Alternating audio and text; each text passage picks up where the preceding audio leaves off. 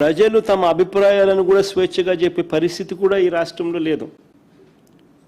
Social media ప్లాట్ఫామ్స్లో ఎక్కడైనా అమరావతిలో జరుగుతూ ఉన్న స్కాములు ఎవరైనా చూపిస్తే, యనాదిరిగా జీవోలు అన్నీ మనం చూపించినట్టు అన్నీ చూపించి 20,427 రూపాయలు ఏందయ్యా ఎస్ఎఫ్టీకి అని ఎవడైనా క్వశ్చన్ చేస్తూ పెట్టినా, లేకపోతే ఇందాపూర్ హెరిటేజ్కు సంబంధాల మీద ఎవరైనా సోషల్ మీడియాలో రాసిన, ఇందాపూరు హెరిటేజు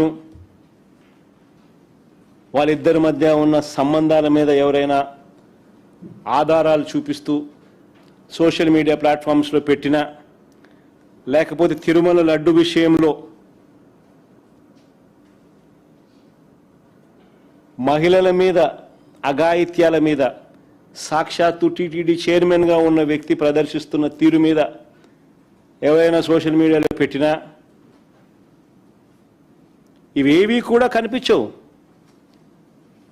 విచ్చలవిడిగా చంద్రబాబు నాయుడు గారు చేస్తూ ఉన్న మద్యం, గంజాయి, ఇసుక, మట్టి మాఫియా ఇటువంటి దోపిడీల పైన ఎవరైనా సోషల్ మీడియాలో పోస్ట్ చేసినా ఈ కంటెంట్ అంతా కూడా కనబడకుండా చేసేందుకు సాక్షాత్తుగా ఏం చేస్తూ ఉన్నారు తెలుసా?